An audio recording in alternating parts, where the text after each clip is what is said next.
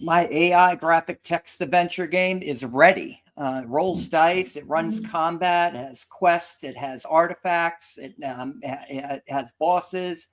You can travel around a maze. It's pretty darn cool, and I was excited to show it to you today. I know a lot of you are recovering from the U.S. elections, which are thankfully over, and maybe you're looking for a little distraction today. And this is something that, when I have a little spare time, I've been distracting myself with for the past couple of years, which was when ChatGPT came about. I realized pretty quickly that you could send prompts to it to do things like construct menus. And from there, I realized that you could actually prompt it to run a kind of text adventure game inside of a chat. And from there I was like, oh, let's make a sequel to Zork. That would be pretty cool, and that worked pretty cool. And I built my prompt over the ensuing weeks. So this is back in December 2022. And by the end of the year, I had had a pretty good working game. And then it stopped working. And the OpenAI started putting a lot of restrictions on the size of prompts that you could put in. But I still wanted to run the game. So I realized that you could actually use the OpenAI API in order to make a game function, send prompts to the API, and then have it send back messages that you could play in your browser, actually. But it didn't have any mechanics. I needed to be able to construct a maze. It needed to be able to have rooms and directions and have a maze that makes sense, have objects in the room. And it would try to generate a lot of stuff on the fly. And more recently, I'd gotten in touch with some game developers and coders who had their own system for sending prompts to OpenAI or to any other large language model that was suitable to actually, have multiple prompts happening all kind of not all at once. It can do them in kind of, succession. And I wanted to demonstrate some of those capabilities with you today. And I'll just go ahead and share my screen here. And if you're watching this on replay, thanks for joining. Thanks to everyone who does have opportunity to show up today. It's much appreciated. This is the game. It's called Children of the Grave. Grave Master, hello, adventurer. Welcome to Children of the Grave, an OpenAI powered fantasy role-playing text adventure game. I'm the Grave Master who administers the game, and you are the player. You find yourself standing in the first room of the afterlife at the ruined temple in the underworld plane Tartarus, a vast wasteland with a yellowish sky and vast mountains consumed by hellish sandstorms and other winds, dark magics, ferocious monsters, dragons, celestial and otherwise, high magical beings, and other entities of pure energy and form, angels and powerful demons. Okay, so the game starts in the ruined temple. It's going to construct a bunch of rooms. But it does it on the fly. When you enter a new room, then it generates new exits. It'll create the objects, and it will, to the best of its ability, carry forward the adventure using the variety of prompts that have been put into place. And we can just hit start and kind of run from there. And it starts up with a menu. Maybe we could zoom in a little here so you can see it a little better. There, that's better. Play as Mortacia, Goddess of Death. Play as Suzerain, Knight of Atenus, or create a character and play as a party of adventurers. We can start off with Mortacia, and then I'll refresh, and we can try a party mode to show you how that works. Now, what's going to happen here is it's going to start loading. I've also put up my my console here so that you can see what goes on in the browser while something's loading. So we hit 1 and it's going to start loading. And then you can see immediately there that it's trying to generate a room. It has a lot of information. You can already see that it's generated the character, Mortacia. She's goddess, death, 121 hit points, 1.8 million experience points. Armor class is at 13 at this moment. And while that's going on, I want to show you what's happening in the background. This is Linux terminal, and you can see that it's running the game right now in the background. And it's creating, right now it's creating objects. It's going to create some characters to potentially interact with. And then the characters might have some equipment that they're holding. And this is using Retort.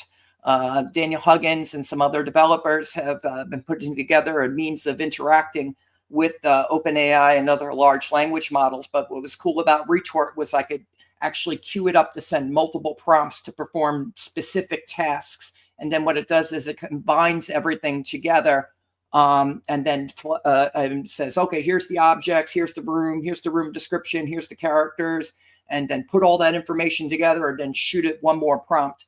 And then it generates a response, which is what the player will see on the client side. This is on the terminal side here, and it looks like it's fully done loading there. There's some code, and then we've got a game here. All right, let's check out what it produced. It says I'm in the dimly lit sanctum of shadows. Cool. All right, let's see here. All right, has a bunch of information here. Where's my coordinates? I should be at 0, 0, 0. I think I forgot to, well, it says I'm in the sanctum of shadows. Let's see here.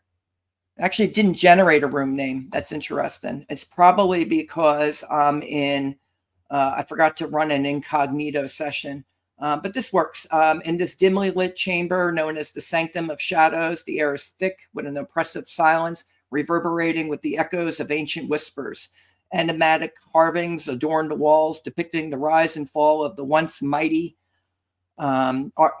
artisanal guilds that crafted and enchanted artifacts for the deities of Danae. Legends speak of Crystalline, the scarred dragon, having held council here, weaving illusions to protect the secrets of an age-long past, while the remnants of her scales shimmer faintly in the flickering torchlight. The stone bears the marks of ritualistic ceremonies worn smooth by the passage of innumerable souls seeking the blessings of the gods. Fertile earth once flourished in this sacred space, groves of luminous flora sprouting from the abundant magic that suffused the air, but it now lies in disarray, a haunting reminder of the tumult wrought by Erithus, the kinslayer, who sought to manipulate the very fabric of fate within these hallowed grounds. Cursed echoes of furious wails resonate within the walls, a testament to the fractured ties of loyalty and kinship that once held sway, as the chamber itself bears silent witness to the despair and tragedy that unfolded, endlessly replaying the age-old tale of divine wrath and mortal folly. Here in the Sanctum of Shadows. Now, I should mention that that's the room description. You can see over here that this is being also sent via the game console and back and forth between the API. Here in the Sanctum of Shadows, hope flickers like a dying ember, waiting for a champion to rekindle the light and restore balance to a realm steeped in forgotten glory and untold grief. Amidst the hushed atmosphere of the Sanctum of Shadows, intricately woven into the very fabric. Now it's going to tell me a puzzle. So that was the room description. Then I said, let's have a puzzle in every room. Intricately woven in the fabric lies a mosaic of iridescent tiles that form an elaborate sigil, pulsating faintly with a bluish hue. I'll skip ahead a little here. Surrounding the sigil are 4 stone pedestals, each aligned with one of the elemental forces: flame, water, earth, and air. Their surfaces etched to mirror the animation of swirling winds, flowing waters, earthy roots, and flickering flames, all converging at the center. Atop each pedestal rests a corresponding gem, radiant in its color, yet clouded, suggesting they are tied to the very energies of the realm. When examined closely, a whisper emanates from the sigil itself, a melodic resonance that hints at an ancient incantation waiting to be recited, but only once the gems are attuned with the sigil's unique frequency. Skip ahead a little here. Now it's going to go into a response. It sent it the room description, it sent it a puzzle, and now it's going to tell me how the character interacts with it. The air is thick in this chamber, drowning the whispers of the past in a heavy silence. Flickering torchlight reveals intriguing carvings along the stone walls, delicate etchings that depict legendary artisans of old, their crafts still echoing faintly in the shadows. The floor, worn down by long-forgotten rituals, holds the footprints of many souls who once tread here, seeking the favor of the deities. As you take a moment to absorb your surroundings, the 4 stone pedestals set within the room catch your attention, each pedestal, etc., etc. There's some companions here. They're actually monsters in the room. Let's see here. Yeah, monsters in the room. You know, it's not actually reading them. I'm thinking that the last time I ran the game, but maybe if I, we could try a different room. But why don't we do ourselves a favor and take all.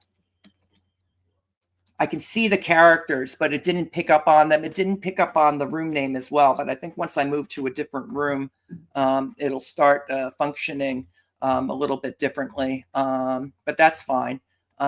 We have in the room with us Zephyra Duskcoil, female sandworm, sorceress guardian, Vespera Emberlash, Ash Serpent, elemental warlock, Malachi Wraith Shadow, male cinder specter, Lyrial Veil Whisper, and we'll add a couple of these characters to the party just so I can demonstrate that capability. Add Lyrial Veil Whisper to party. There we go. That worked perfectly. Let's add Malachi Wraith Shadow to the party. We could just actually just type add Malachi to party, and then it will actually pick up on the fact that you don't have to type the full name. So that's actually, and when we use equipment, we'll add Vespera to party, and that works. And then we'll add Zephyra to party. Now, these characters are actually friendly, and so you can only add characters to your party if they're friendly. But there's neutral and there's hostile.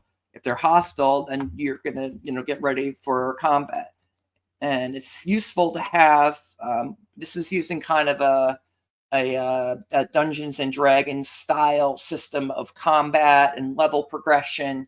And when you're playing that, trying to take on multiple opponents with only one character can take a while.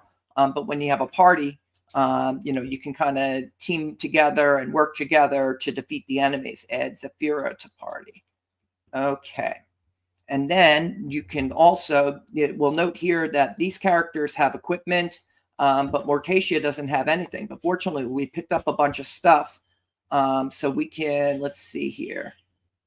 We got a Shadowbane Talisman, Shadow Guard Seal, and a Veil of Whispers. Okay, so let's equip Shadow Guard's shield, and then boom. Now she's got a little bit more AC. Let's see what else we got here. Shadowbane Talisman. Okay.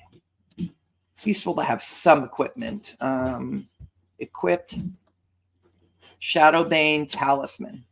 There we go. And that was actually the talisman is other. So you get 4 types of objects that you can equip at once. You can have a weapon, armor, shield, or other, which can be some other object. And then you get modifiers to your rolls, which is right now Mortacia has +3 attack, +4 damage, +3 armor, and magic is 9. The magic system's not there yet, but it's going to be kind of a mana system where if you cast a spell, it'll take up a certain amount of magic points. And then when you run out of magic points, you can't cast any more spells.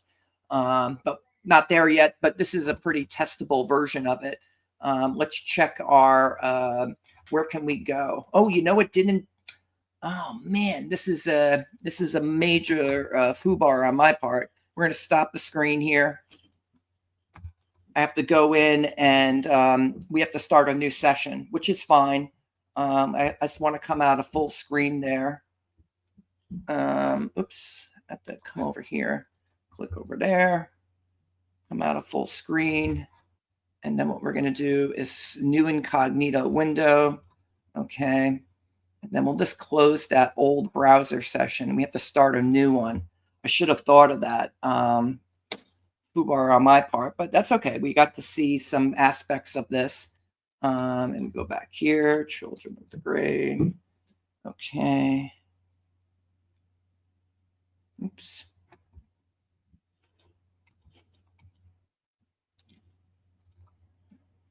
Little foobar on my part. All right.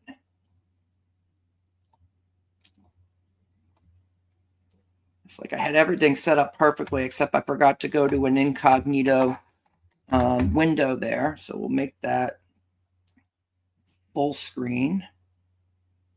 All right. And then we will present, share screen, and we're going to share a window, share. There we go. All right, we'll just start over, hit start again, choose Mortacia. It'll take a minute to load. There we go. This time it's got the ruined temple entrance. I should have noticed that. If I was like, oh, you have to run this incognito, because what it does is it kind of stores cookies in your browser so that it can run the game via the game console. It's using something called an indexed database, DB, inside of a browser so that it can keep track of all the information that the game does. And then what it does is it includes that information into the prompt while the game's loading here. I can kind of show you like what are we about to see. You find yourself standing in the first room of the afterlife at the ruined temple in the underworld plane Tartarus, a vast wasteland of yellowish sky, vast mountains. We had read this description before.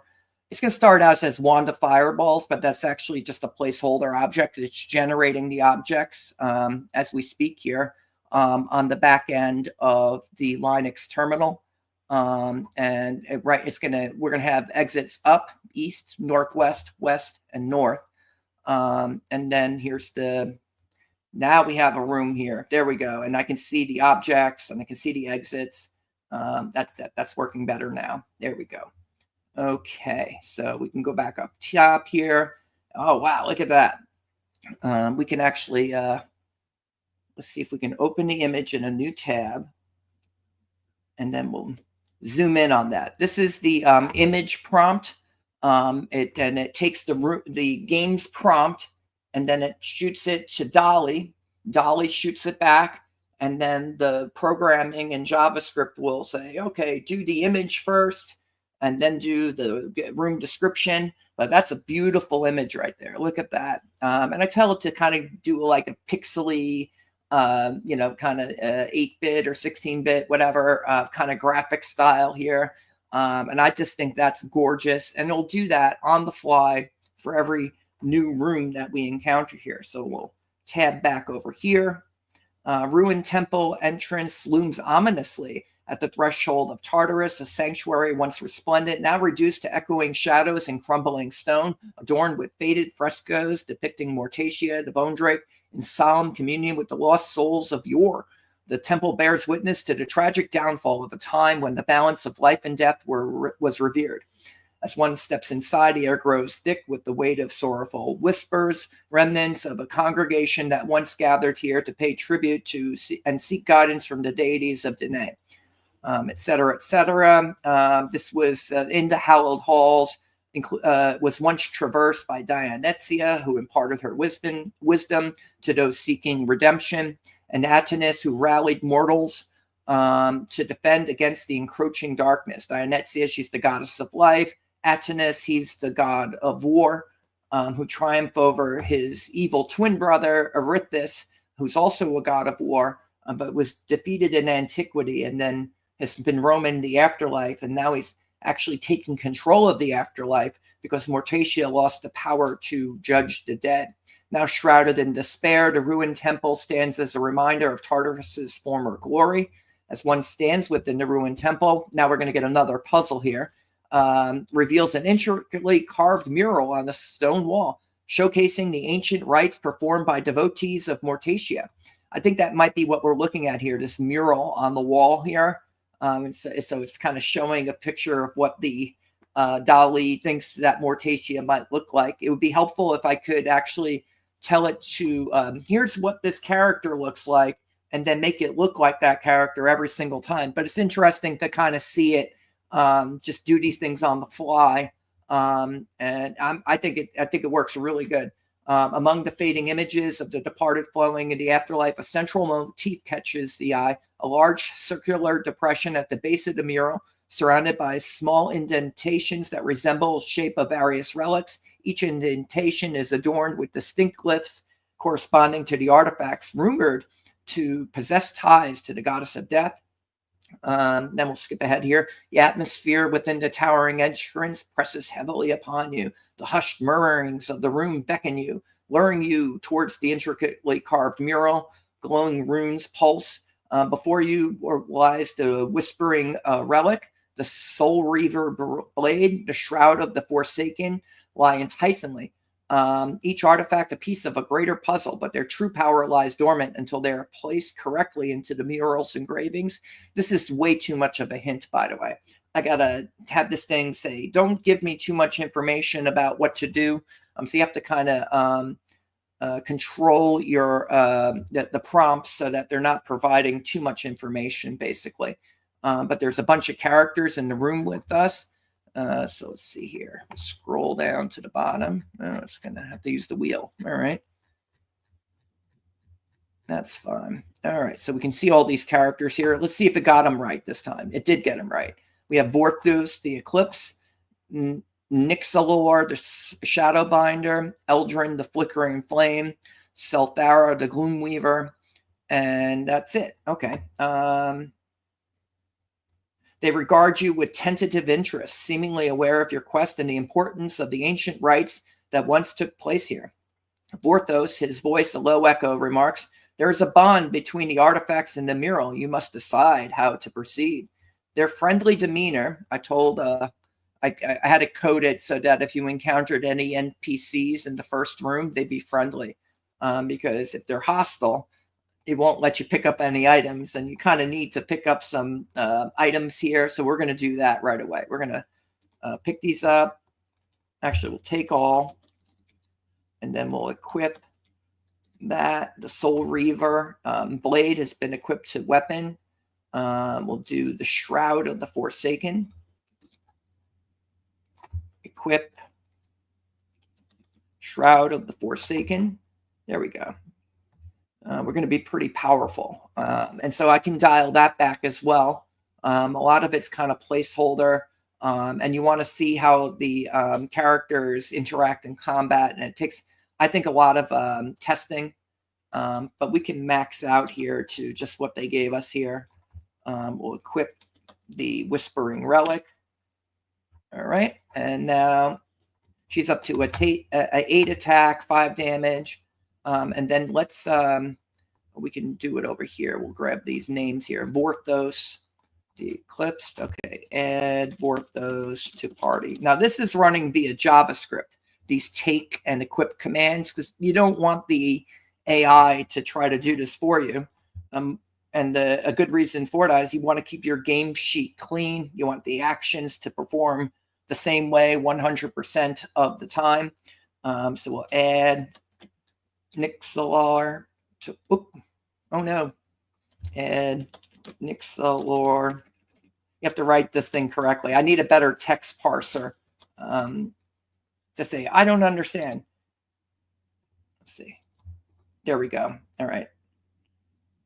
All right. It's probably still loading, and it's going to generate a response to if when you don't type in things correctly, it's going to go to the AI, which is fine. All right, we'll add Eldrin to party. And you have to type these things out correctly. So as I mentioned, it needs a better text parser to stop you from processing something when it's like an illegal command. That's gonna be tough. It's gonna be like, oh, if you do any combination of words that the text parser doesn't understand, then don't process. Yeah, but if you want to talk to the characters and do stuff like that. All right, and then we'll add Selthara to party. Okay, and it probably there it goes. It did it actually has one of the characters added to the party. Let's see. Engages with the mural. Vorthos, sensing Mortatius energy, feels emboldened. Nixalar looks on. Let's see if they say anything. Vorthos, emboldened, his voice echoes softly. The ancients call to us. We must not hesitate. This journey will test our resolve and our unity. Nixalar says, let us tread delicately. The darkness may hold many secrets or traps by those who came before. Eldrin observes the glow of the runes. Together we possess the strength of the forgotten. The deeper we go, the closer we will come to understanding what binds us to this realm. Salthara states, secrets shrouded in the past await us. Let us embrace them, for each shadow reveals a truth that must be faced. The doorway stands ajar, beckoning with resonating aura of ancient knowledge and danger. The four companions stand poised. All right, so we can go up, east, northwest. Hey, Tank Ferret, we got somebody in the chat here. Hey, Tank Ferret, Mr. Romano, he says, dude, too fun. Yeah, this is, I think this is, I've been working on this for quite a while, but it's coming along, I think, rather well. I wonder how to sell it though. Like maybe I should make a download available on Steam, and then people can make their own adventures or something like that. But thanks for joining me today, Tank. It's nice to have some folks in the chat. Now, what I programmed it to do is that if you go to the first exit at the starting coordinates, it'll lead into the wasteland. I want it to go that you can walk outside of the ruined temple and then explore Tartarus outside, and then everywhere else will lead kind of deeper into the temple. So let's see what's out in the wastelands. So we must have gone down some steps to get to the ruined temple. So we'll go up. All right, going up, and then it's going to be loading again. And as I mentioned, it does a lot in the background, and it's sending multiple prompts. Right now, it's constructing the room. It, had to come up with a name for the room, but it actually did that. I should have mentioned that. All of the adjacent rooms were accounted for. So we're actually headed for the wasteland of the Forsaken. We could have gone east to the cenotaph of echoing memories, northwest, the shrine of damned whisper, west, altar of forgotten sacrifices, or north to the chamber of twilight reflections. And so what I've done is I've also given a lot of background story for what's going on in Children of the Grave. The names of the characters, the names of the deities were accurately reflected in the room description that was just came in. We were mentioning the goddess of life, not Dionysia, the god of war. And so I just spit all this game information at it, and then it's actually able to construct the game and then incorporate the characters from your story into the game. So what's exciting about this as a writer and as a developer is you can play the game in your world, but not necessarily know the solution to the puzzle or the game, although it's going to be very straightforward treasure hunt. All right, we've got a new room here. You have to go find the artifacts, defeat the bosses, and you have to defeat the bosses to get to the artifacts. And then when you've gathered all the artifacts, then you'll get to the throne room and have to fight Erithus in the final battle here. So now we're in the wasteland of the Forsaken. Look at that. That's sick. I love this. This is a very consistent images that it's been giving me, although I needed to tell it to stop giving me text. I've tried. DALL-E doesn't know how not to not present to that text yet. All right. See you later, Tank Ferret. Thanks for stopping by. And he says, like and share. Yeah, if you guys can hit the like button, hit the share button, you can raise awareness of AI graphic text adventures. This is the wasteland of the Forsaken. It's got a bunch of monoliths, and I guess I don't know if that's the ruined temple. It could be. Then there's these beings that are floating around here. So let's see. The wasteland of the Forsaken unfolds. You know what? I'll open that image in a new tab, and then we can zoom in on it. All right. There's the first image. There's the second image. Look at that. I think that's very beautiful. And it's going to produce a new image for every room. And I could actually up that to be a new image every prompt, but that can get expensive. So it's like, oh, how many images do I really need to set the mood And do I need it to be completely graphics heavy, or, should we let the story kind of suffice? But I think these are beautiful, kind of pixely graphics in a unique style. But back to the story. The wasteland of the Forsaken unfolds as a desolate expanse, blanketed in ash and overrun by the relentless whispers of lost souls. Jagged cliffs rise like broken teeth against a yellowish sky, their surfaces etched with the scars of ancient battles and the passage of time, remnants that speak of the deity Atenus, the silent general who once rallied the armies of the brave to defend the realm against chaos. Underneath the lifeless terrain, veins of dark magic pulse ominously, echoing the fury of the dark drake Tantuia, whose twisted ambitions once sowed discord among the scores of dragons that roam freely. This is actually all in the backstory, so it's doing a pretty good job of taking pieces of backstory, inventing a little bit of its own. Like, I don't know if I said there was a battle in the Wasteland of the Forsaken per se, but so it takes the elements of the story and then is able to build upon it and expound upon it.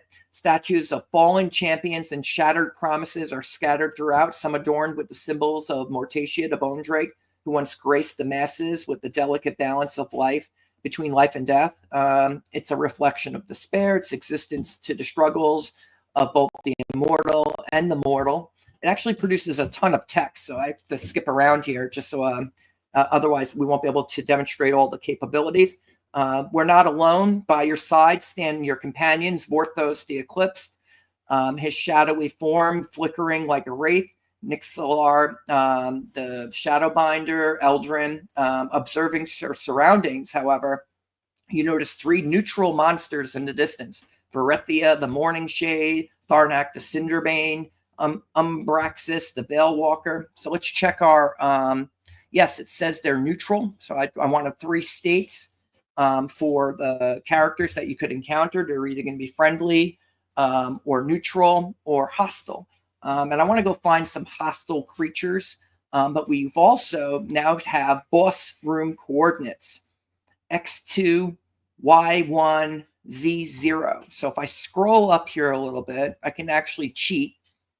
It actually there's a puzzle in every room, and it produces the puzzle solution. It creates a dilemma where I need to have this information available so that if there's a way to solve a puzzle, and the puzzle mechanics aren't quite there yet anyways. Like, it doesn't, even if you solve the puzzle, it'll give you nice descriptions about what happens, but it's not going to give you experience points. It should produce objects. It should produce secret doors. And that's what it's going to do, but we're not there yet. So we need to still develop this further. You should also be able to search a room, potentially trigger a trap or find some other magical objects. But I want to show what this is doing here. So it's probably a little hard to see on your screen there, but if you zoom in, the nearest unvisited room is to the east of the ruined temple, and then it's going to be at east to north 1. Okay, so we want to get to the boss room, and then we can gather up an artifact and defeat a quest. That's what I think what we want to do today. And we've got a party of let's see, we've got a soulbound, a wraith beast, a shade serpent, an ash wisp, and a void serpent. It'd be fun to talk to everyone right now. I suppose we could ask the monsters if they've ever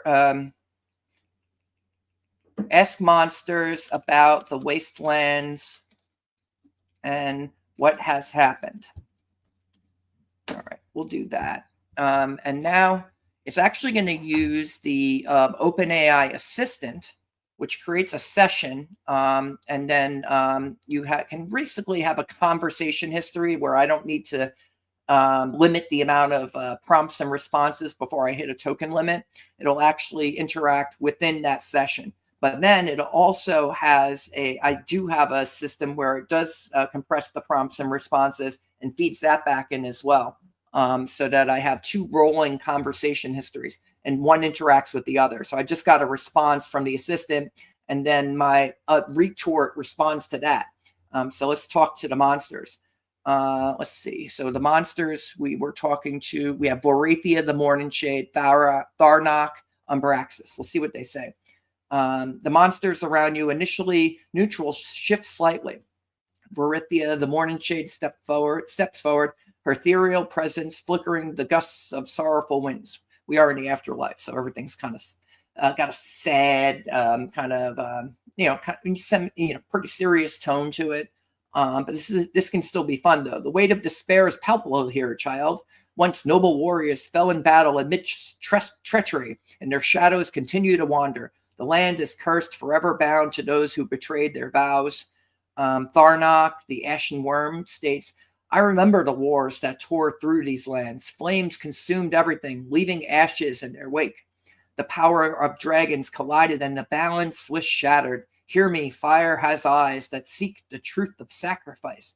Umbraxis, the Veilwalker, she says, in the darkness there lies much more than whispering echoes. Betrayal and shadowed agreements poison the air. Understand this, Seeker. The secrets you unveil may lead to the resurgence of the past or propel you further into despair. Okay, so we've had some good interactions here.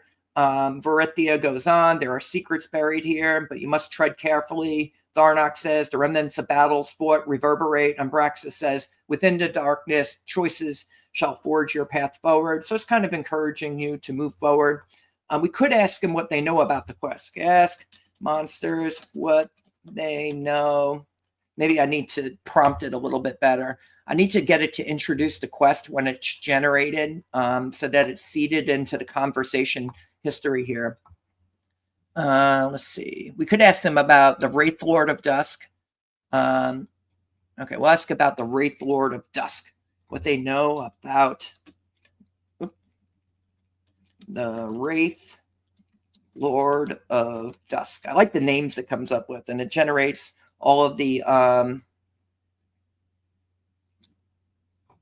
we've got Nova Blast here. Hello, Nova Blast. I'm impressed with your game so far.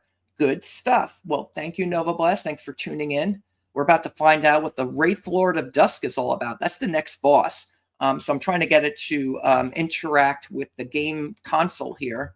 It'll eventually spit out information about the quest spontaneously. I wanted to do it in a more programmatic fashion where when the quest is generated, it's going to seed that into the conversation history, and then the GPT will know to utilize it going forward and to carry through that thread here. You inquire about the Wraith Lord of Dusk, and Vorithia responds, the Wraith Lord of Dusk is a fearsome entity, a ruler over the remnants of lost souls. His power lies in the ability to command the dark energies that bind our existence. In the chamber of eternal despair, he reigns supreme, drawing strength from the sorrow that fills these lands. All right, so let's see if the GPT got the name of the boss room correct. Let's see here. There's the quest. Yes, the Chamber of Eternal Despair is exactly where we want to get headed to. And we're going to be seeking the Crown of Lost Souls. Let's see if it picked up that from the, see if that's mentioned. Tharnok states he's a collector of souls, drawn to the flames of chaos that linger from the ancient wars. Once a great warrior, he succumbed to the dark embrace of death, and now he seeks retribution against the living. He's cloaked in shadows, his form a manifestation of despair itself. To challenge him is to confront the deepest fears within you. His domain is not just a place, but a state of being, a purgatory for the lost. Oh my goodness. It's terrifying, but it's the afterlife, so things are going to be a little scary here. Varithia keeps talking. Let's see. The party stands at the intersection of decisions, their anticipation palpable as they await your command. You glance at the desolate beauty of the wasteland. So let's see. These characters were neutral, and so I want to show you what happens when somebody who is not friendly gets added to the party. Let's see. Add Varithia to party. And it's going to say, Varithia declines your invitation. The monster seems indifferent and does not trust you enough to join. So it will give it like a generic response like that. When a neutral character, you attempt to add them to the party. And so I make friendly monsters kind of rare, but you want to pick them up as you go along so that you have somebody to help you in combat. So it's designed for kind of party play. And these characters are rather high level and low level. It's a goddess, so she's going to be particularly high level. But I don't think that interferes too much because the monsters will also be high level when you encounter them. And so it's just how long can you stay alive before you get to the end of the game? Can you stay alive to the end of the game? And so I need to, kind of work that a little better. But actually, I think it's pretty good the way it is for the high level party that you can create. Because I got a level 50. It's not really level 50. She's pretty darn depowered. She'd have like 400 hit points or so if she hadn't been depowered. And we got a level 3 hit point 6, level 10 hit point 60, level 14 hit points 92, and level 9 hit points 51. So let's go. We have to go back the way we came. So we went up. So we're going to go down, back the way we came, because we need to get to. We want to get to the boss room. So we're going to backtrack a little. You can sit there and thank them and be like, oh, thanks for the information. And then it's going to send another prompt and response. But you don't need to do that. You can just kind of skip around and move forward. I mean, it's a lot to read, particularly for a live stream. But, you want to get really immersed in this. You can sit there and read everything. And it's not that I think it's boring. I think it's actually rather engaging here. Now we're back at the ruined temple entrance, back the way we came. It's keeping track of the rooms in the game console here. So it actually has the same exact information, same objects, but we took them all already, same exits, the same puzzle, the same boss room coordinates, everything, all of that is still there. And we needed to go east. We checked our cheat sheet there, and we can just kind of skip around here. Let's see here. Are the characters talking? Salthar says, we could follow another path that might lead us to further lore or treasures unclaimed. Eldrin says, shall we focus on the mural's deeper secrets? The relics could be resting nearby, waiting for us to restore the balance. In this case, we just picked up the objects and just equipped them to Mortacia because she needed some equipment. And so they want to solve the puzzle. Vorto says, we must harness the energy these relics offer. So it's nice to have a puzzle in a room because it can add to the atmosphere and gives you an idea that there's things going on in the background here. But let's just get to the boss room, and we'll look at some AI art along the way. So we need to go east. All right, go east. And we're loading once again. And while that's loading, maybe we can read a little bit more here. Nixalar stated, each artifact may be a key not just for unlocking passage, but for understanding how this realm fell into despair. The knowledge contained here could aid in our fight against the Wraith Lord. So we could have gathered some clues here. Selthara had stated each relic tied to Mortacia bears significance. If we can activate the mural, perhaps it will reveal hidden paths. So they really want the characters are there to kind of help you along the way. Let's see if we've gotten to finish loading. It's loading a new room. So the most arduous task by far is loading a new room. And let's see here. We scroll to the bottom. And there's another monster here who's hostile. Ooh, we can simulate combat right now. I kind of feel bad. He's only level 6. He's going to get his butt kicked. But here we are. There's another room. We're in at the cenotaph of echoing memories. Stands as a haunting monument. Here, we'll open that image in a new tab. And here's the cenotaph. Look at that. It's pretty cool. And, it reminds me, and what I wanted was something that looks like kind of Commodore 64-like graphics. Super realistic AI art can be pretty cool. And, actually kind of amazing. I prefer more of like a vintage style. We're playing kind of a vintage style game here, a text adventure, not unlike Zork, but with kind of a Dungeons and Dragons style mechanics. And the goal is to actually release this via the open game license, and so that other people can build within this system and make their own AI graphic text adventures.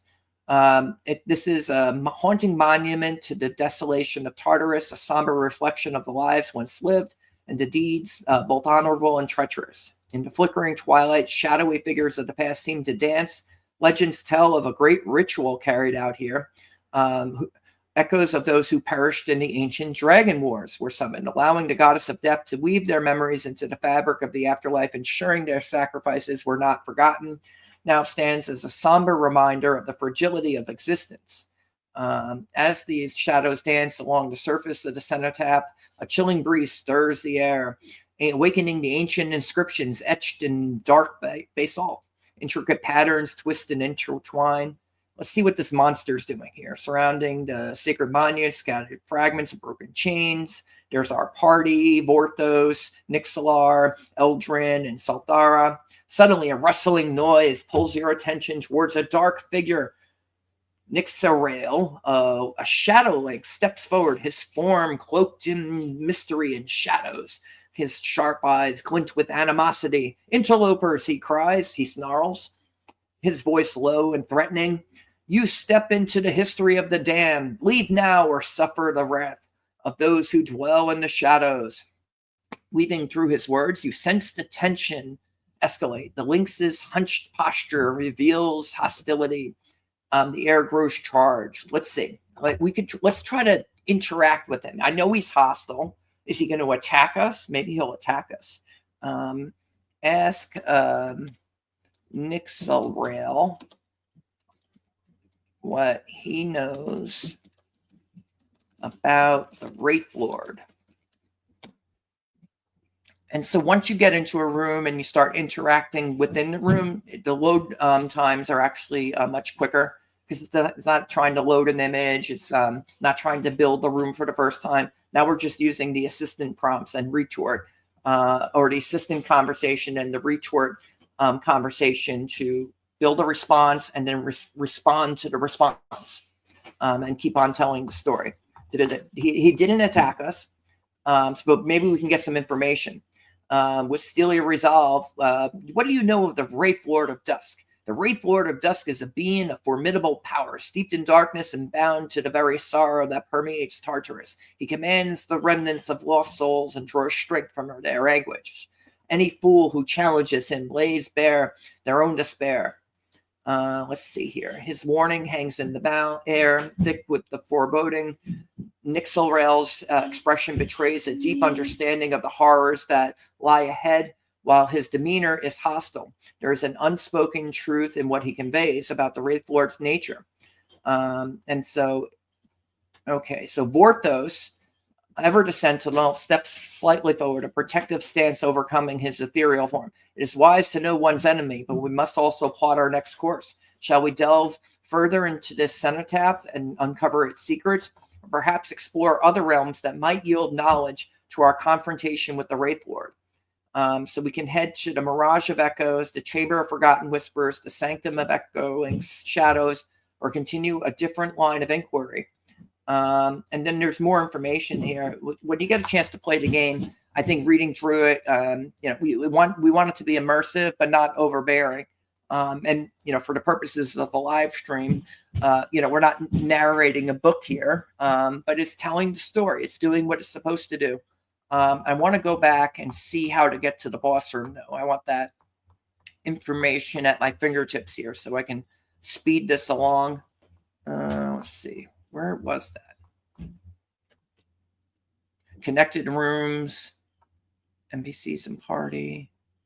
It's going to be up here quite a bit. Let's go back about that far. Orthos. We're trying to find the map to. We know it's at 2-1. So if we go east, we'll be at 2.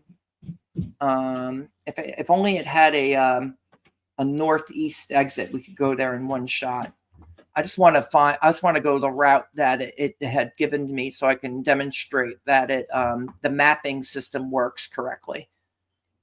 Scroll closer to the top here, looking for that old map. So that was the Ruined Temple entrance. Was that when we backtracked? I don't think so.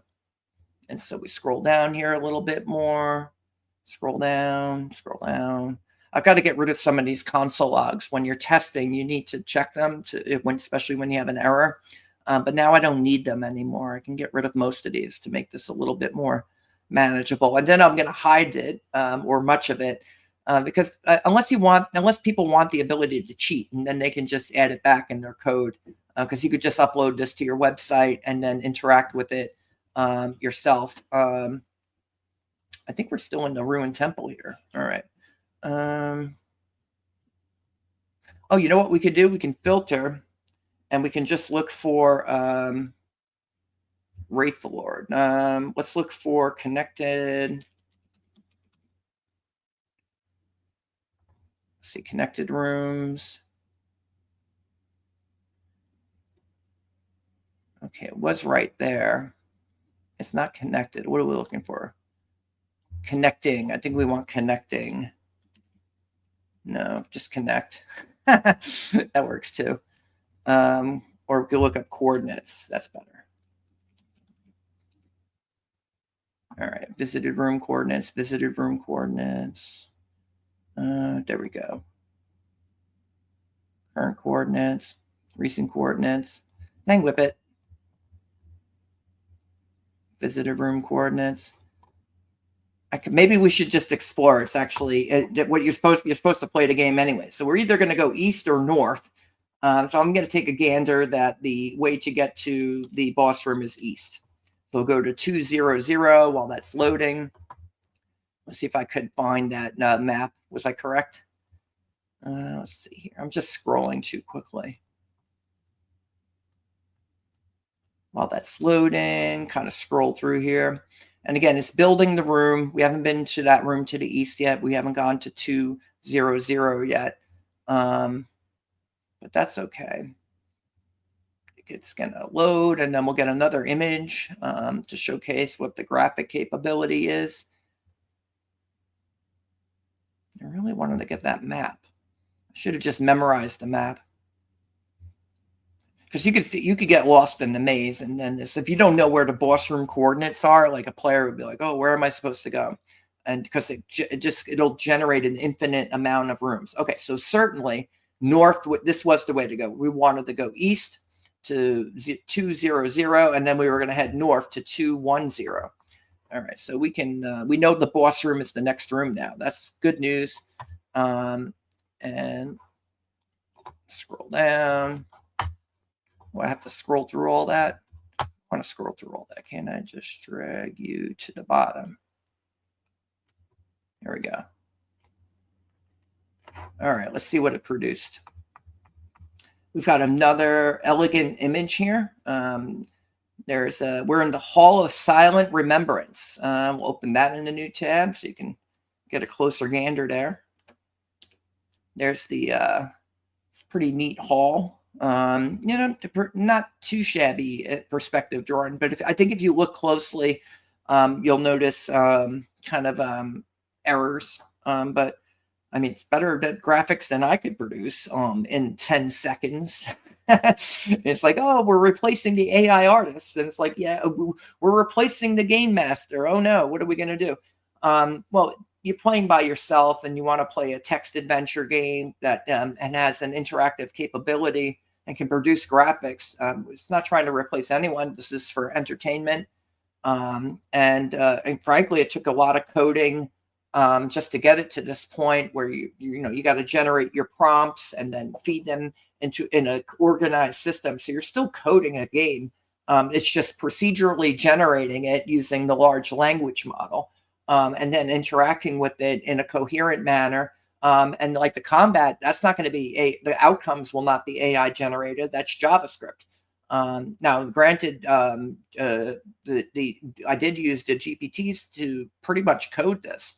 So it's like it was like how was this game created? And it's like, oh, it kind of made itself. The Hall of Silent Remembrance stretches forth as an expansive chamber enveloped in a hushed reverence. It says another sanctuary constructed under the watchful gaze of Mortacia. There's more murals. They depict, let's see, Atenus, Dionysia, Erithus, who's the bad guy. Dantuia is another bad guy, bad girl. Let's see, we can kind of scroll through this. There's another, there's an invisible barrier shimmers near the crown. There's a bunch of symbols, so it's telling me about the next puzzle. And I was like, oh, every room should have a puzzle. But I need to have it have more relevance to what's going on during gameplay. Does every room need a puzzle? Maybe I can make a random chance of that. Okay, so Now they want to solve the puzzle again. There's significance to the crown. If we can unlock its secrets, it may empower us. There's an object in the room called a silent shroud. So let's see. I wonder what kind of object that is. We can see it in the game console here, which contains helpful information. It is armor. I think who doesn't have armor? Let's see. Each one of them have armor. Okay, Ashwisp. Eldrin doesn't have any armor. So let's take the silent shroud.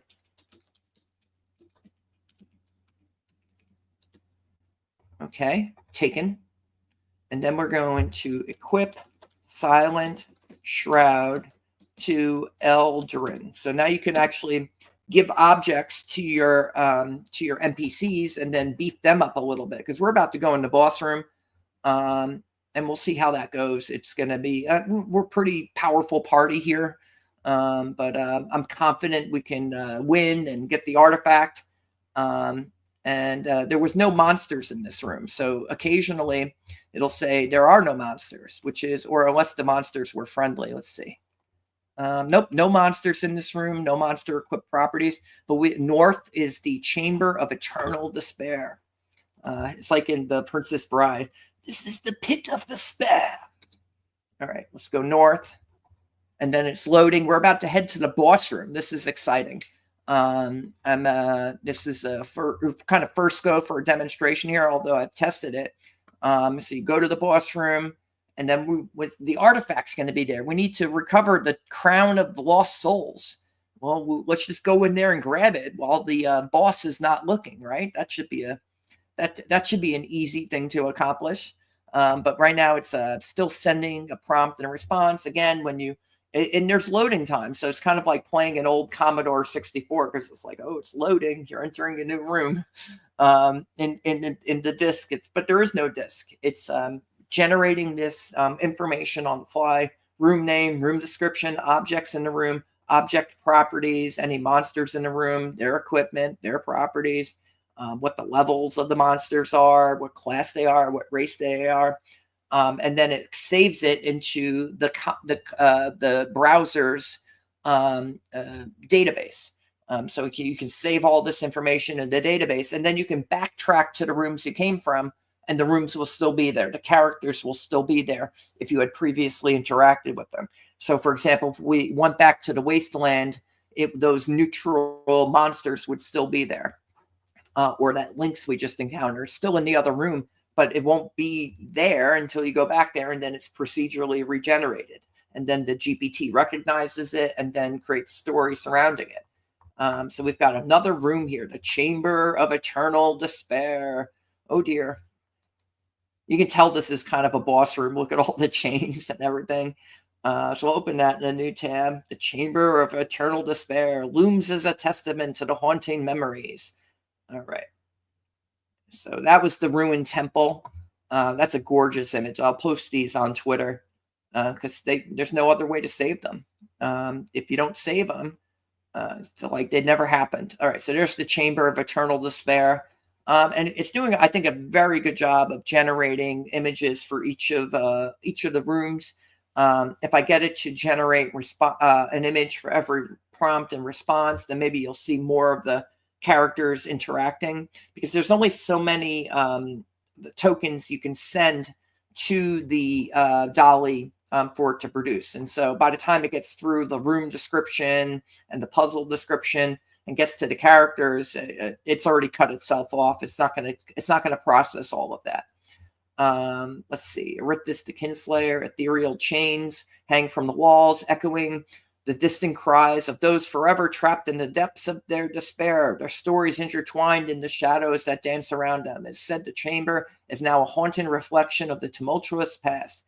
At the heart of the chamber, a once sacred altar stands crumbling beneath the weight of shadow, as a shadow of its former glory, where the desperate still come to plead for a glimpse of mercy, hoping against hope for a reprieve from the eternal night that envelops them.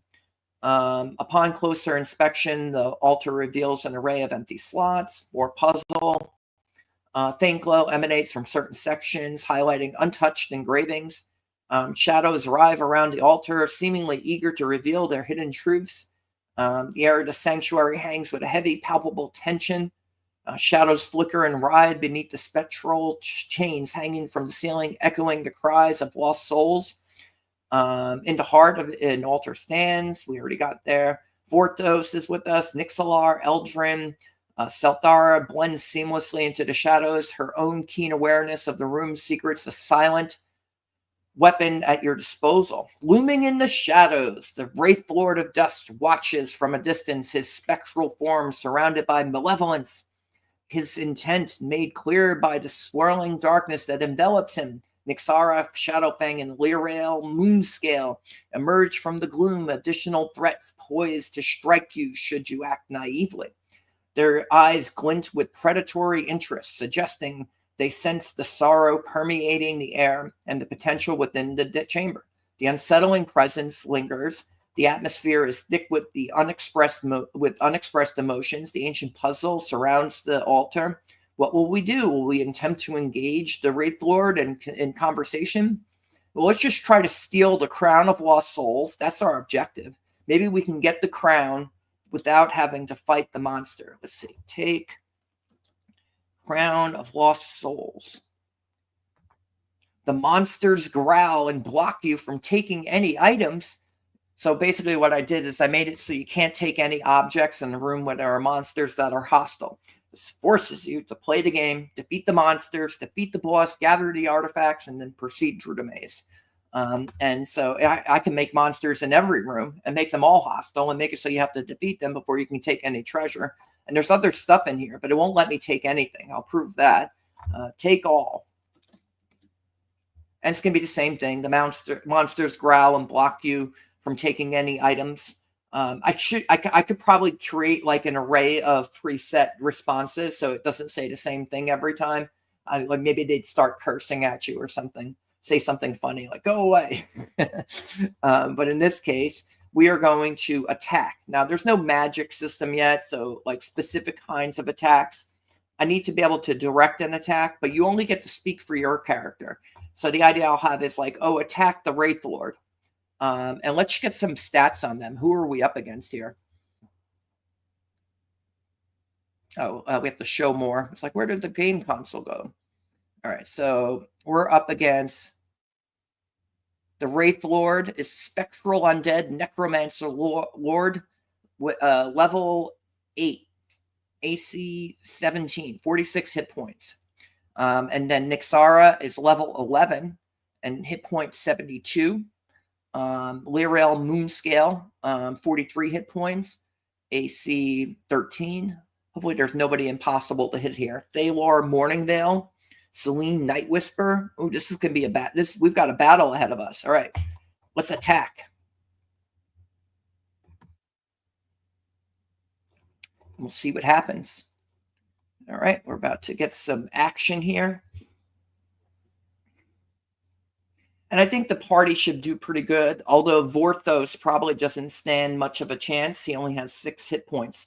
Our poor Wraith Beast, I think, is about to be slain. Hopefully not in one turn. Maybe he'll get a shot in before he dies. But here we go. It processed correctly. And you'll see here there's it rolls initiative. And so we have an order of rolling. And then there's... so that's just like, basic Dungeons and Dragons, AD&D. Everyone rolls for initiative, and then they get to go in that order.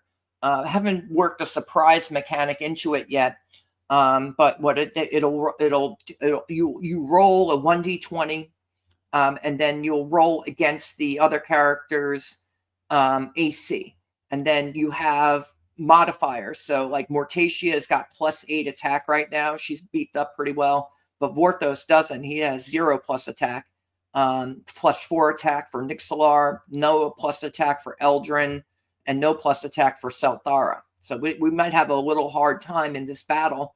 So it could be actually a little competitive. And then if you do hit, you get damage modifier. That's a separate roll. Once again, you roll the kind of hit dice of your class. So I think Mortacia's got like hit dice of 11, so she'll get to roll 1d11 +5. She'll always hit for 5. She had minimum of 6, therefore.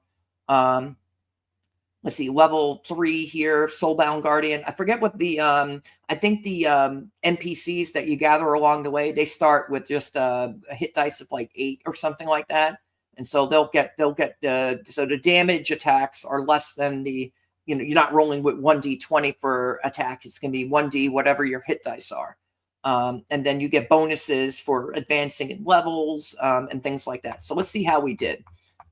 There's a whole description of the battle. So let's focus on game mechanics because I know you all will be interested in that. Vorthos hits Lyrael for 8 damage. Lyrael has 35 hit points left. The Wraith Lord of Dusk misses Eldrin, dodges a bullet there from the Wraith Lord. Lyrael, one of the bad guys, hits Eldrin though for 10 damage. Oh, Eldrin's actually one of the more powerful characters. He has 82 hit points left. Nyxara misses Mortacia. Selene misses Mortacia. Mortacia misses Nyxara. She had a pretty good attack bonus, so it's no guarantee just because you have a high attack bonus that you're going to always hit. Thalar misses Mortacia. Nyxalar hits Lyrael for 13 damage. Lyrael has 22 hit points left. These are randomly generated. The choices of who to attack is kind of randomly generated at this point. Selthara, and it's not, what would be cool is if I could make like a combat map and have the characters move around the combat map, kind of like in Pool of Radiance. Old school, PC, IBM. I was in DOS. You could get it for C64, and you'd have a combat map, and it would kind of work this way. So everyone right now, there's no map. There's no hiding your characters. You can't position your spellcasters behind the fighters as you would intend. Like you'd actually want to do that so that they could throw spells. We don't have magic yet either. But the initiative and combat rolling system works just fine. Lyrael has 18 hit points left. Eldrin hits Selene Night Whisper for 5 damage. So Selene's down to 24. Okay, so the air thickens. Vorthos thrusts forward, striking Lyrael. Moonscale. The Wraith Lord makes an ill-fated lunge at Eldrin. But Lyrael, undeterred, retaliates against Eldrin, her shadowy maw snapping fiercely. So I've instructed the GPT to take this combat information and then make story around it so that it's not just dice rolling, although that can be kind of cool. But you have a story here too. So there's actually action going on here. And I went through all the things, all of the outcomes here. So let's see how our characters are doing. Vorthos, he's the one I was worried about. He's still got 6 hit points left, so he's surviving. And have they inflicted it? Yeah, Eldrin got hit. He's got 82 out of 92 hit points left. So let's attack again, and we'll see what happens. And then we'll be able to gather the artifact. If we win, we might not win. And if we do gather the artifact, we'll complete a quest. And then hopefully get some score, and I can demonstrate that. Then it's going to generate another quest. Then you have to go find the next boss room, kill the boss, get the treasure. So basic treasure hunt.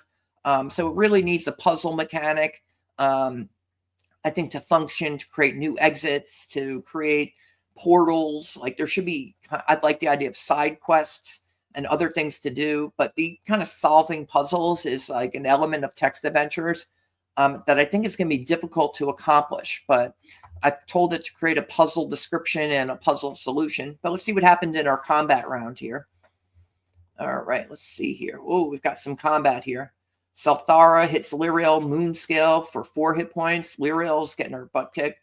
Only 14 hit points left. Selene hits Nyxalar for 6 hit points. Nyxalar 54 hit points left. Again, it rolled initiative. Everyone had initiative, and then it rolls in that order. If you get killed before your turn comes up, you don't get a turn. Let's see, Thalar hits Mortacia for 11 damage. Nyxalar hits Selene for 12 damage. Only 12 hit points left. Mortacia, 111 hit points left. So our characters are vulnerable. Mortacia has a pretty high armor class, but can still take damage. Let's see, Nyxara, Shadowfang hits Selthara, Gloomweaver for 6 damage. Okay, so Selthara has 40 hit points left. And again, it's now we've got the battle going on here. We're going to shout commands to one another. Stay resolute. Our strength lies in the bonds we share. We met like 10 minutes ago, but we've already got bonds that we share.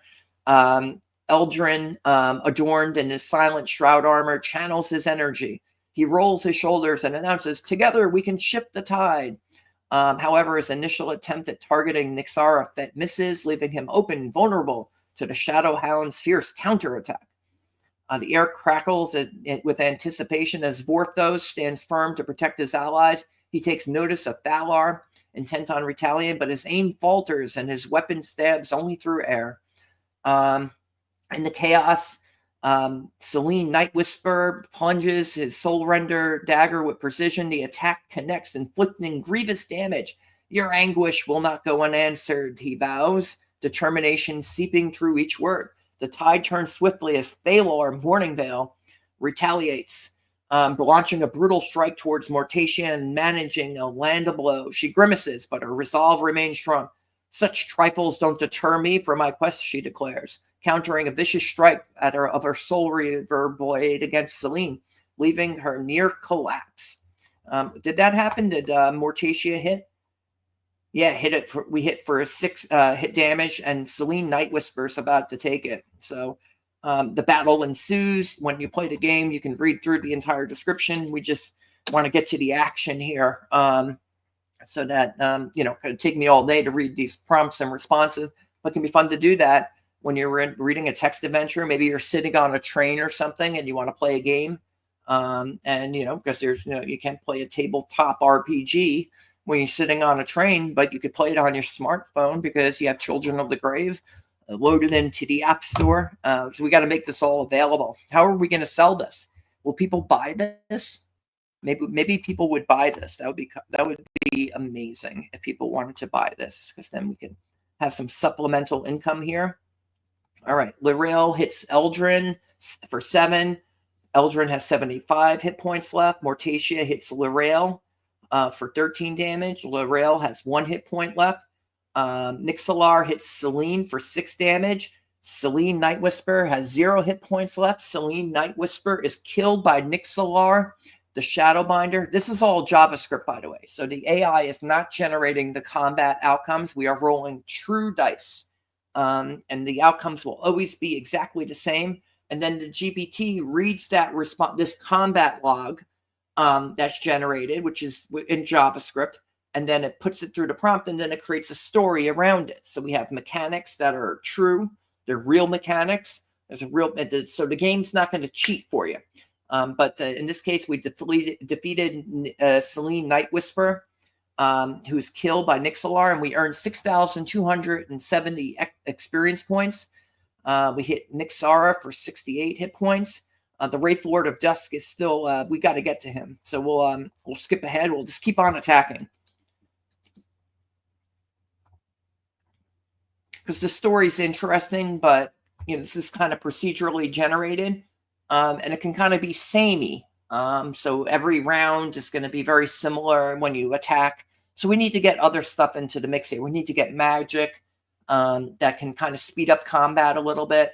And as I think we get to higher models of the AI, hopefully that helps to create some more differentiation in terms of descriptions. We're up to 23 turns here, and we're in the boss room, so we're making good progress here. Eldrin hits Thalar for 5 damage. Thalar has 33 hit. Nixalar hits Lirael for Lirael for 6 hit points. Negative hit points left. Lirael Moonscale is killed by Nixalar. The party earns 10,512 experience points. Wraith Lord hits Mortacia for 6 damage. Nixara hits Salthara Gloomweaver for 5 damage. 35 hit points left. There's some missing going on here. Mortacia hits Nixara for 12 hit points. Nixara has 56 hit points. We finally hit the Wraith Lord of Dusk for 8 damage. 38 hit points left for the Wraith Lord of Dusk. All right. We're kicking butt here. Let's see. Pretty unexpectedly, Vorthos is still alive with 6 hit points, level 3. But should be advancing here.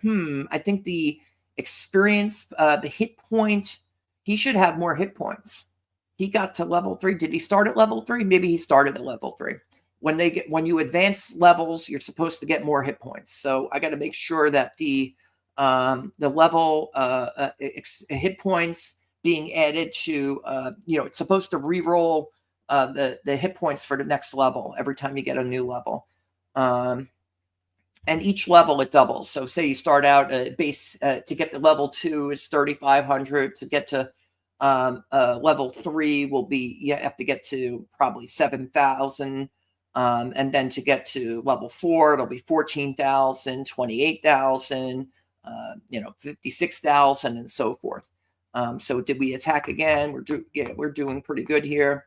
38 hit points left. Okay, so we're gonna attack again, and that's fine. And this is about all you could do to attack in Zork anyways. You would just swing the sword and hit the hooded figure or something like that until one of them fell. So it's very similar to that. So you get a whole party, and you can fight a whole other party of monsters. And then if somebody dies, you can remove them from the party, find another friendly monster, add them to your party. Or you could do the party mode where you just start out with a full party of level 1 adventurers. But Mortacia still accompanies you just to kind of give a slight advantage to the player characters when they're starting out at level 1 there. Let's see, Thalar has 30 left. Vorthos, go Vorthos. He hits Thalar for 3 damage. Nixara hits Vorthos. Oh no, Vorthos. He only has 3 hit points left. Oh, he won't take another hit. Salthara hits Thalar for 10 damage. Thalar. Oh no, Thalar is hurting. 20 hit points left. Mortacia tried to attack the Wraith Lord. What did the Wraith Lord do? He missed Salthara. Okay. So let's see how we're doing here. We're running out of hit points. The tide is turning. Let's see, only 3 hit points left. Oh, wait, so the other character was one of the monsters. Hard to keep track of the names of everyone here. Let's see. So who just got hit? These game consoles go. I gotta kill some of these console logs because we don't need them all. We can just go with a few of these statements here. All right, so Lyriel's been defeated. Nixara has 56 hit points left. Let's see. The Wraith Lord has 38 hit points left. Oh, so it was Thalar is he's one of the monsters. Okay. We're fighting him. We've defeated Celine, so we'll just attack again here. Let's see. We all right, Mortacia misses. Okay, so we'll attack again. Now let's count it up. How long does it take? 1, 2, 3, 4, 5, 6, 7, 8, 9, 10, 11, 12, 13, 14, 15 seconds to roll a round of combat, and probably to just get a response for any general interaction inside of a room that you've already visited. Does it take your, when you're playing tabletop RPG, does it take just 15 seconds to run an entire round of combat, or does that take 15 minutes? Mortacia hits Nixara for 16 damage. Nixara has 40 hit points left. Everyone else swings and misses. I'll spare you the lengthy descriptions, although I think the GPT is doing a pretty good job here. Let's just get some combat rolling here. We need to get the Crown of the Lost Souls. And by the way, as the monsters die, they are dropping objects into the room. So that Echoing Pendant wasn't there before. The Shadow Spike wasn't there before. The Veil of Despair, I don't think that was there before as well. So the monsters die, they drop their belongings, and then you can, kind of be a grave robber and take their stuff. All right, let's see. We're making real progress here. Nixara misses Salthara. Mortacia hits the Wraith Lord for 12 damage. Only 26 hit points left. Vorthos misses the Wraith Lord. Nixalar hits the Wraith Lord for 8 damage. Wraith Lord is down to 18 hit points. Eldrin hits the Wraith Lord for 4 damage. Only 14 hit points left. Thalar hits Eldrin, the Flickering Flame, for 12 damage. Eldrin has 63 hit points left. And Salthara hits Nixara for 10 hit points left, or 10 damage, 30 hit points left. So Wraith Lord is about to die. Just a few more hits there. The party went to town on the boss that time, which is random. They're the JavaScript is kind of randomly choosing opponents that are still alive. It won't aim for anyone who's dead. So it kind of winnows down the combat. And I'd say the party's doing pretty good here. The other team hasn't been hitting too good here. But a couple of the characters have taken, 3 of the characters, 4 of the characters, everyone's taken hits. Mortacia is down to 105. Vorthos is down to 3. Nixalar is down to 54. Eldrin's down to 63. Selthar is down to 35. So their hit points are cut in half right now. And so I'd say that this is a good balance. If everyone has a chance of dying in a battle, and after 3 battles, you better find a healing potion or something, which we need to do. Everyone swung and missed. So let's attack again. Nothing happened that round. So just because Mortacia has +8 attack does not guarantee she hits.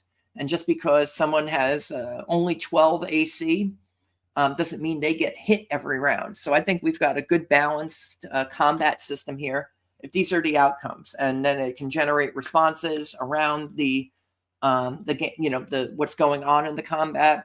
So I'd say that's pretty cool. So what we need is to add strategy. We want a combat map so that you can move the characters around the board, just like you can in like Hero Quest or something like that.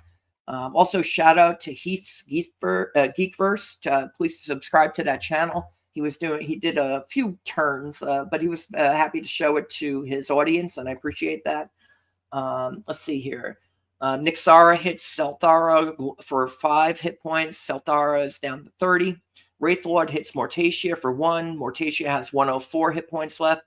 Nixalar hits Nixara for 6 damage. Nixara has 24 hit points left. Mortacia hits Thalar for 7 damage. Thalar has 13 hit points left. Vorthos goes for the Wraithlord but misses. Everyone else misses. Okay. Well, Vorthos has made it much further than I expected. But there's 5 companions to choose from, and so each monster can only attack 1 person at a time. So that just safety in numbers. Like if I were to just go there with just Mortacia and face off, she might be dead already. Even though she has pretty good modifiers, they're not going to be good enough to always withstand an attack. And so some of these monsters have pretty good attack bonuses as well. For example, Thalar has +5 attack. Let's see here. Lyriel has +3 attack. Let's see. The Wraithlord doesn't have any plus attack. I need to beef up the boss a bit more. So we'll make the boss a little more powerful. We'll see if we defeated him. All right. Selthara hits Nixara for 7. Nixara has 17 left. Nixara hits Nixalar for 7 damage. Nixalar has 47 hit points left. The Wraithlord misses Mortacia. Vorthos hits Thalar for 9 hit points. And Thalar only has 4 hit points left. All right, so I think we're coming to the end here. Nixalar is going to be a little tougher to beat. Is Nixalar on our team? Yeah, Nixalar is on our team. So how are the monsters doing? And so we're trying to winnow them down. And this is besides casting spells, and this is more or less what reminds me of playing a game like Pool of Radiance, or kind of the original Final Fantasy. You're going to have a round of attack here. So let's see. Selene was defeated. Thalar is about to be defeated. Only 4 hit points left. Lyriel got defeated. Nixara has 17 left. And then the Wraithlord has 14 left.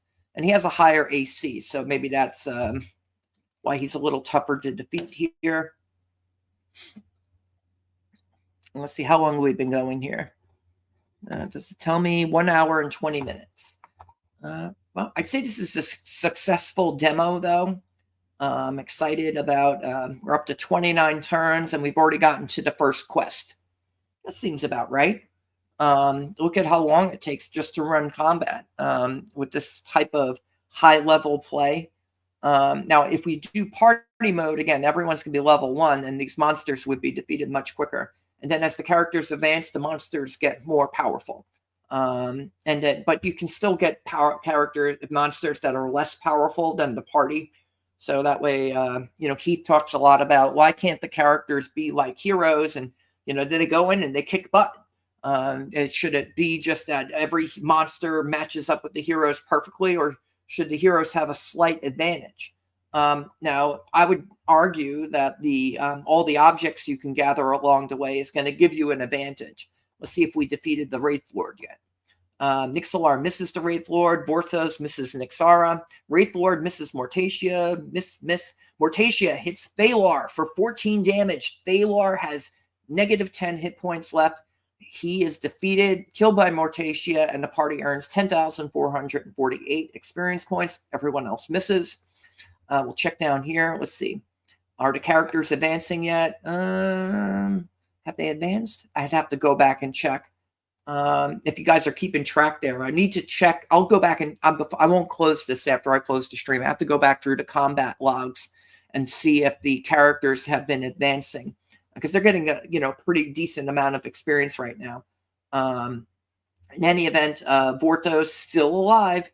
He's getting to the final round here, and I feel like we're near the final round here. Maybe 1 or 2 more rounds of combat are left, and then we're going to get the artifact and complete the first quest. That's exciting. Let's see here. So Selene is dead. Thalar we just killed. Lyriel's dead. Nixara has 17 left. Wraith Lord has 14 left. All right, let's attack again. Now everyone's just going to attack those 2 monsters. So we got 5 on 2 now. Everyone's going to take a few shots at each. Each of the monsters is going to take, a few shots. And then, but the monster with the party is only going to take 2 shots because we've winnowed them down. So again, there's safety in numbers in a party mode kind of game. And when you use kind of AD&D or D&D style combat, it's built for party mode. Like a game like Zork is good for combat when there's only one opponent. And so it's more of a ponderous game, and you got to solve puzzles, find the right artifacts, and put them in the right place, and doors open. So text event. So it's a combination of text adventure, but also RPG. Let's see here. All right, Vorthos. Yes, he's doing awesome. I want him to survive. He only had 6 hit points going into this, but he just inflicted 13 damage on the Wraith Lord. Wraith Lord has 1 hit point left. We've almost defeated the boss. Eldrin hits Nixara for 7 damage. Nixara is about to go down too. 10 hit points left. Nixalar hits Nixara for 9 damage.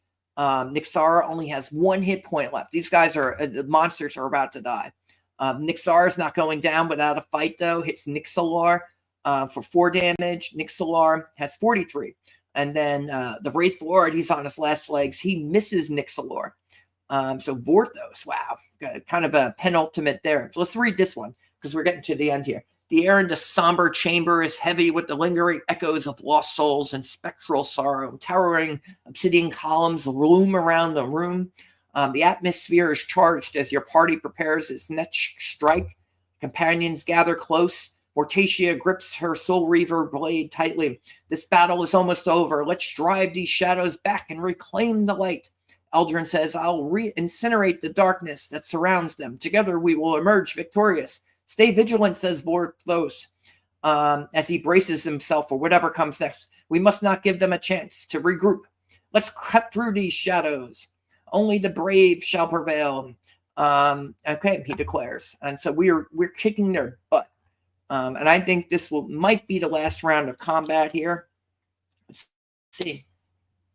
We'll attack one more time. 1, 2, 3, 4, 5, 6, 7, 8, 9, 10, 11, 12, 13, 14, 15, 16, 17. It's going to be different time differentials, loading. It's like, oh man, load, dittos, star, dittos, comma 8, comma 1, run, loading. There we go. We got some outcomes here. Let's see what happened. Did we win? Yes, we won. Nixara hits Vorthos. No, not Vorthos. He didn't make it. He's killed by Nixara. The Wraith Lord hits Nixalar for 6 damage. Nixalar, 37 left. Eldrin misses the Wraith Lord. Mortacia hits the Wraith Lord for 14 damage. Down goes the Wraith Lord of Dusk. negative 13 left. We get 8,744 experience points for defeating the Wraith Lord. Nixilar hits Nixara for 9 damage, negative 8 hit points left. Nixara's Shadowfang is killed by Nixilar, and the party earns 14,190 experience points. All monsters have been defeated. We defeated the boss room. It's the echo of the last confrontation begin to fade. The chamber momentarily stills, lingering with the remnants of spectral whispers. Having vanquished both the Wraith Lord of Dusk and Nixara, the dust begins to settle, revealing a deep stillness. Mortacia standing tall, with her Soul Reaver blade now glinting with faint energy. We have reclaimed a piece of what was lost, she notes solemnly as the shadows recede, revealing the ancient altar. It stands grand, albeit cracked and worn, its intricate carvings illuminated with an otherworldly glow. Nearby, Nixilar, the Shadowbinder, breathless yet invigorated, straightens as he surveys. The darkness knew not whom it faced. Let us press forward and discover what lies beneath this sorrowful facade. Eldrin, visibly shaken but filled with conviction, gathers himself beside Mortacia as he looks upon the quiet remains. Their grief lingers still, but we've siphoned power from their despair, turning it into strength to forge ahead. Salthara, the Salthara, her eyes glinting curiously, steps closer to the ancient altar, drawn by the soft glow emanating from its carvings. This altar, it beckons us. Our stories encapsulated within these designs, secrets crying to be revealed. We must place the relics here. They hold the key to unlocking the deeper truths of the chamber. However, the silhouette of Vorthos the Eclipse lingers silently, a spirit now liberated but extinguished in battle, a notable absence among the remaining company. The others share solemn glances, recognizing the price paid for their victory, yet the legacy of their fallen comrade ignites their determination further. The vicinity around them still resonates, ever a reminder of the tragedy that unfolded within this sanctum, a place that once thrived with stories of valor, now wrapped in shadows of sorrow. The ancient altar stands ready for the relics, but we came here for the Crown of Lost Souls. You'll remember that when we tried to take an object with hostile monsters in the room, it wouldn't let us. We couldn't proceed through the game. You can't just go through the game, steal the artifacts, and then get to the end of the game. You have to beat the monsters, then you get the artifacts, and then you can do it. So now we're going to demonstrate that capability. We're going to take the Crown of Lost Souls, and I just want to show you here. Artifacts, 0 out of 15. Quest achieved, 0 out of 21. There's the Crown of Lost Souls. Next boss was the Wraith Lord of Dusk. We defeated him in the Chamber of Eternal Despair, which is where we remain. We take the Crown of the Lost Souls. Boom. It's been taken. And then we've got a new console here, and it's going to show us something different now. It's going to show us that there's no longer a next artifact, there's no longer a next boss, there's no longer a next boss room, there's no boss room coordinates. Those are gone. Artifacts found, 1 out of 15. A quest achieved, 1 out of 21. And let's see, do we have a score? Did we get a score? Let's see, score, 110. So we gathered 110 for achieving the quest. And what I'm liking about this is the characters recognize that Vorthos fell in combat. One of our comrades died, and so we're gonna lay Vorthos to rest. We'll leave him here with the rest of the monsters. So let's remove Vorthos. Oops. We'll remove Vorthos from party, and then did that not work? Remove Vorthos from the party. Oh, that's loading too. Do I need to? It should work. We could have a bug here. Is it giving me a bug? It should have given me a bug if that was the case. Remove from party. Oh no. Well, I wanted to lay Vorthos to rest, but we achieved our objective. We got to the boss room. We picked up an artifact, and then we completed the quest. It's not letting me remove Vorthos. Why isn't that section of code working? It's a little mysterious right now. But all the other objects, we could take them all.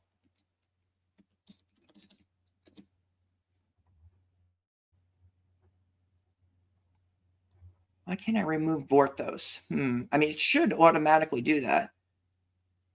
Like if I tried to add one of these, oh, the monsters are gone.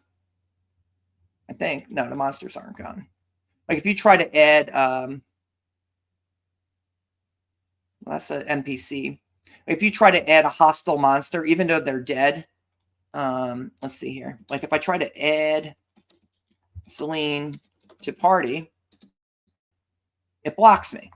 Celine refuses to join, even though she's dead. I mean, she really can't say anything. So I come up with a different response if the character happens to be dead. So the adding works. Remove character from party. That's what it should be. I want to remove Vorthos from party. Yeah, it's not doing it. I wish there was a way to stop it from processing. It's having trouble accessing the update game console.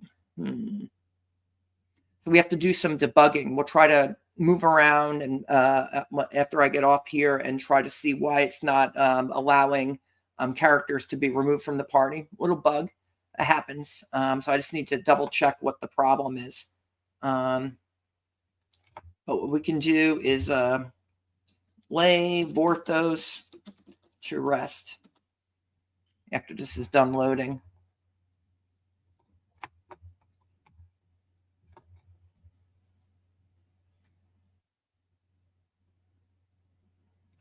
Loading.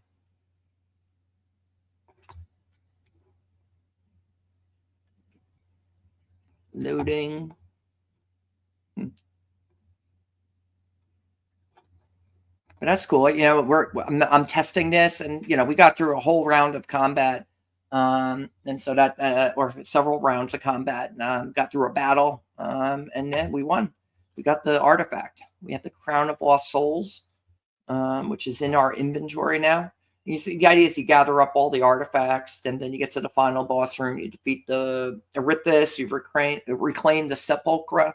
That's what Mortacia needs to kind of reclaim power to judge the dead. She's lost it because of the appearance of the undead on Danae. And so, you know, she loses her power. She's depowered, and then she needs to gather up allies in the afterworld, in the underworld, to be able to, you know, reclaim her power. But there's other quests. You can be suzerain. He's the chosen vicegerent of the god of war, Atenus. And he has a similar quest, but he needs to go to his enemy is Erythis, and he needs to go to Hades and defeat Erythis and knock him out of Hades. And then, or if you're a party of adventurers, you're actually been summoned by Mortacia, and she, you know, you've been killed. She's the goddess of death. So not that she's selfish, but of the people who died yesterday or today, she said, "Oh, these souls are worthy," and she summons you in the afterworld here. Are we just out of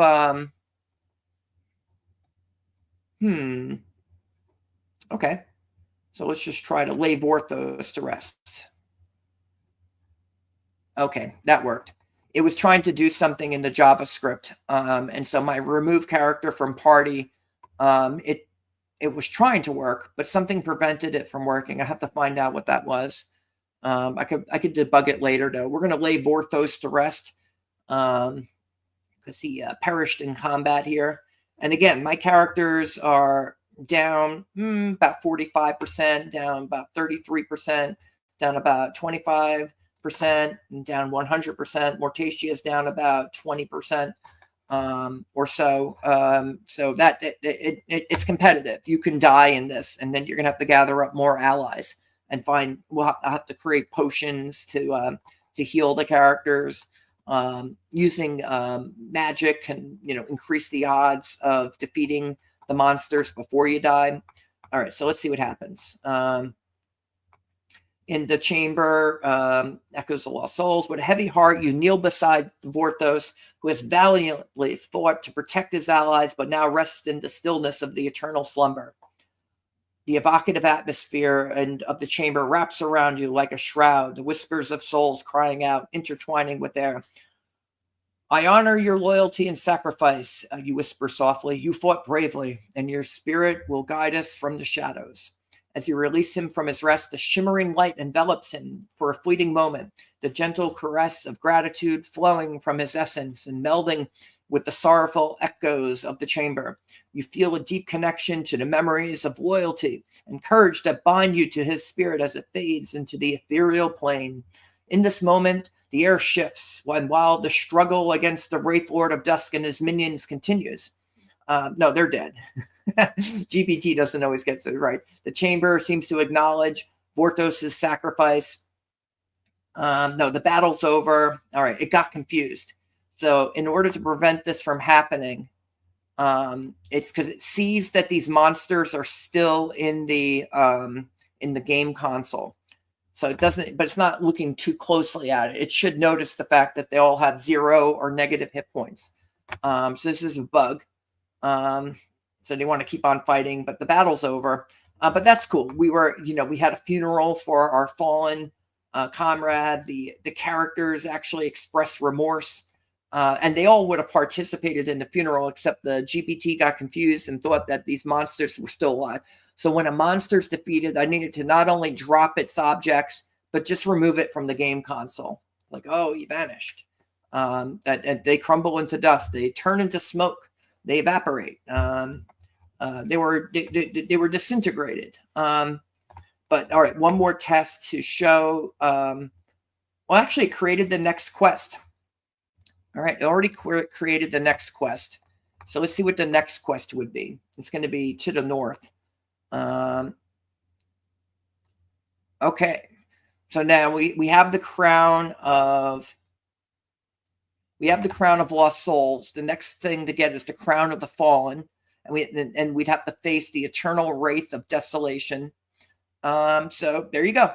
We defeated one boss, and then we immediately got our next quest. We've got new boss room coordinates. We travel there and we defeat the boss, and then we get more artifacts. So it's a treasure hunt, and it's been going on for quite a while now.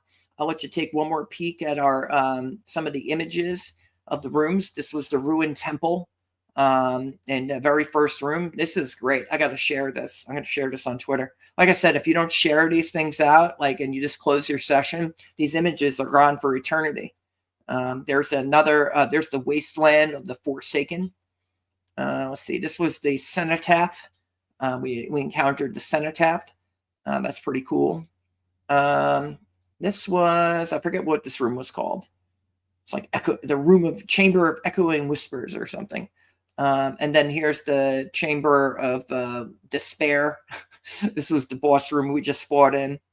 But yeah, I really like the graphics. I like the combat system that I've developed here with the help of the GPT. I kind of guide it along. I tell it what kind of features I want, tell it how the math is supposed to work, and then it's able to produce the JavaScript, and then you can incorporate that into the game. I had described how to put the maze together, that you shouldn't be able to rooms where, say, you go north and then you go east, but there had been no pathway to north and then east, and there shouldn't be a pathway back southwest because there was no place to go northeast. So that then it eliminates that from consideration, so that you have a true maze and you have to navigate your way around it. It only creates new exits for unvisited rooms when it's generating the boss room. So it'll generate the boss room, say, over here, and then it will create connected coordinates to get to the nearest unvisited room. And then when you travel there, you can plot your course to the boss room. So it's always going to have a boss room that's kind of nearby. I can make that further away. I need to get more interactions in here. Maybe a place where there's a market, you can buy goods. more interactions, solve puzzles, overcome challenges. Like, how do we get up this cliff? And then it would have to generate a new exit. It's like, oh, there's no way up, but if we climb, maybe we can get up there, and stuff like that. Like, you want to build it out so that you have a truly interactive adventure. So this is a really basic, I think, version of the text adventure, but it functions. The combat system works. The maze system works. So I hope you've enjoyed watching this. This is Robert Romano, and we're playing Children of the Grave today. Hit that subscribe button, ring the bell for notifications, and have a happy Sunday. It's a beautiful fall day out there, and take care. So like, share, but let everyone know about Children of the Grave. And if you have a comment for how you think this would best be sold, put enough work into it. Not just try to sell a video game. Anyways, have a good day, guys. Take care.